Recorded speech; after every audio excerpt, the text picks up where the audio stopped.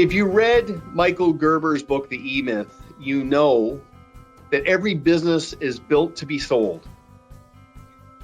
Okay? Now, I don't know what your expectation is down the road of monetizing on your own enterprise, but the key is, with that mindset, is to constantly work on enterprise value, drive enterprise value. Now, as a fee-for-service, knowledge-for-profit professional consultant, I want you to create intellectual property within your organic business that will drive the multiples, the multipliers of your enterprise value. They are proprietary, that have nothing to do with the way you manage money. It's the way you manage relationships and the way you manage your business. And it starts with a mindset and a framework that we like to call always on. Always work on your business. So where do you start? You scrutinize your existing client experience. So listen, I'm going to assume you're a rock solid financial professional.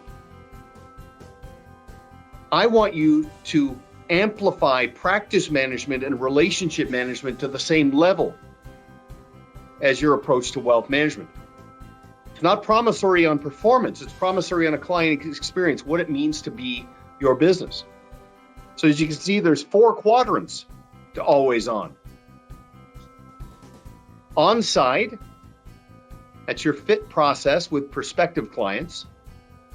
On board, that's how you transition a new client from their soon-to-be former advisor to you and fast-track them to advocate status. And then once that dust settles, you move to ongoing. This is your service model. This is your client experience. And then onward, this is how you and your team respond to moments of truth and milestones and achievements that happen in your client's life as your relationship unfolds. But let's quickly break down always on. Let me quickly talk to you about the Onside process. This is your fit process. Now, I know when you get a phone call from an existing client or a service provider that's been an advocate and made an introduction to you, you have a process to move them through your pipeline, for lack of a better term, to see if there's a good fit, an alignment of interests. The prospective client becomes clear about their unmet needs and the problems you can solve. There's a reason why they're disillusioned with their current advisor and they're looking at options. This is a checklist, and you don't need to reinvent the wheel. This is our approach to the fit process, and all of these items that you see here, we have built out. You don't need to reinvent that wheel. Now, you probably have some of these already.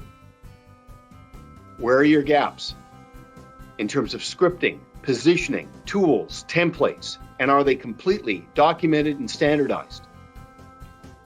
Now, of course, once you meet with a prospective client and both of you come to the same conclusion that it's a good fit, let's move forward, you move from Onside to onboard.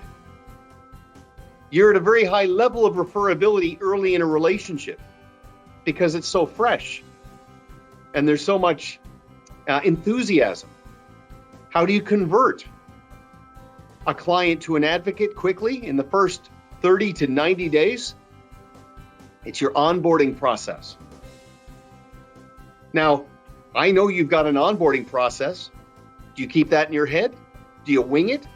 Or is it all standardized, tied to your org chart, your playbook? Everybody stays in their lane, everybody in your team knows what to do? This is where you start to think, okay, if I brought on another advisor, I want them to follow this is our way. I want them to follow our process. If I buy a business, I'm going to onboard those clients into my environment. You start to see how there's layers of benefits here. From on board, you then go to ongoing. This is what it means to be your client. Now, you've undoubtedly heard of, a 12-4-2 service model or whatever the case may be. I mean, with your best AAA, most deserving clients, you might touch them 35 times a year. Is that all documented? Is that all completely standardized and laid out? Everybody follows the process? AAA, AA, single A, B, C, D, all the way through your client classification? And is all of that client facing? Are you the proverbial open kitchen where your clients understand the expectations that you're setting for what it means to be your client? And then, as you know, things happen in a client's life. Sale of a business, child graduates from university, maybe something that's not so great, could be a divorce, whatever the case may be, something that renders an existing financial plan obsolete, where you shift from a financial plan to financial planning, you make the mid-course corrections and the adjustments, and you pay tribute to what's going on in their life. That's called on words. Is that all built out, standardized, and part of the culture and the chemistry that you build with your clients, especially based on demography and money in motion? Always on is something that you can apply to your business over the next 3 to 4 months, identify the gaps, and standardize in a proprietary playbook that you could put in the hands of somebody else.